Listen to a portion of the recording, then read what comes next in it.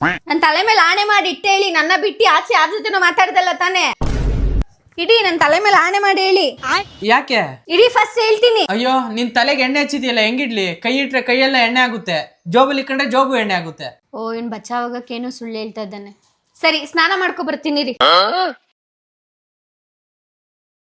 Hello ಪೂಜಾ, ನೀನೇನೇನ್ gift ಕೊಟ್ಟಿದೀಯ ಎಲ್ಲ ನಿನಗೆ return ಕೊಟ್ಬಿಡ್ತೀನಿ ಇವತ್ತು. ನನ್ಗೂ ನಿನ್ಕು ಯಾವ ಸಂಬಂಧನೂ ಇಲ್ಲ. ಸರಿ ನನ್ ಮರ್ತು ಬಿಡು, ನೀನೇನಾದ್ರೂ ಮಾಡ್ಕೊ, ನನ್ಗೆ ಇವತ್ತಿಂದ ಕಾಲು ಮೆಸೇಜ್ ಮಾಡಬೇಡ.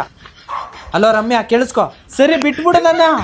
ಸರಿ ಇವಾಗಾನೆ ಮಾಡು. ನನ್ನ ಲೈಫಲ್ಲಿ ನೀನ್ ಬಿಟ್ರೆ ಬೇರೆ ಯಾರು ಇಲ್ಲ ಕಣೆ. ಏನಿದು ಚಿಕ್ಕ ಹುಡುಗರ ತರ? ನೀನ್ ಬರಕ್ ಮುಂಚೆ ಎಲ್ಲ ಇತ್ತು, ಇವಾಗ ಏನಿಲ್ಲ.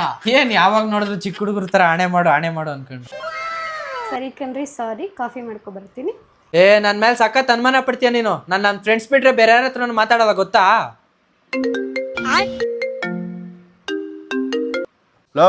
ಇವಾಗ ಯಾಕೆ ಕಾಲ್ ಮಾಡ್ತಾ ಇದೀಯಾ? ನನಗೆ ಗೊತ್ತು ನೈಟ್ ಪಾರ್ಟಿ ಐತೆ ಅಂತ. ನಾನು ಬರ್ತೀನಿ, ಮತ್ತೆ ಕಾಲ್ ಮಾಡಬೇಡ. ಪಾರ್ಟಿ ಎಲ್ಲ ಕಣ, ದರ್ಶಿ ಅವ್ರ ಅಪ್ಪಂಗೆ ಆಕ್ಸಿಡೆಂಟ್ ಆಗಿ ಸ್ಪಾಟ್ ಅಲ್ಲೇ ಡೆತ್ ಆಗೋರ್ ಕಣ.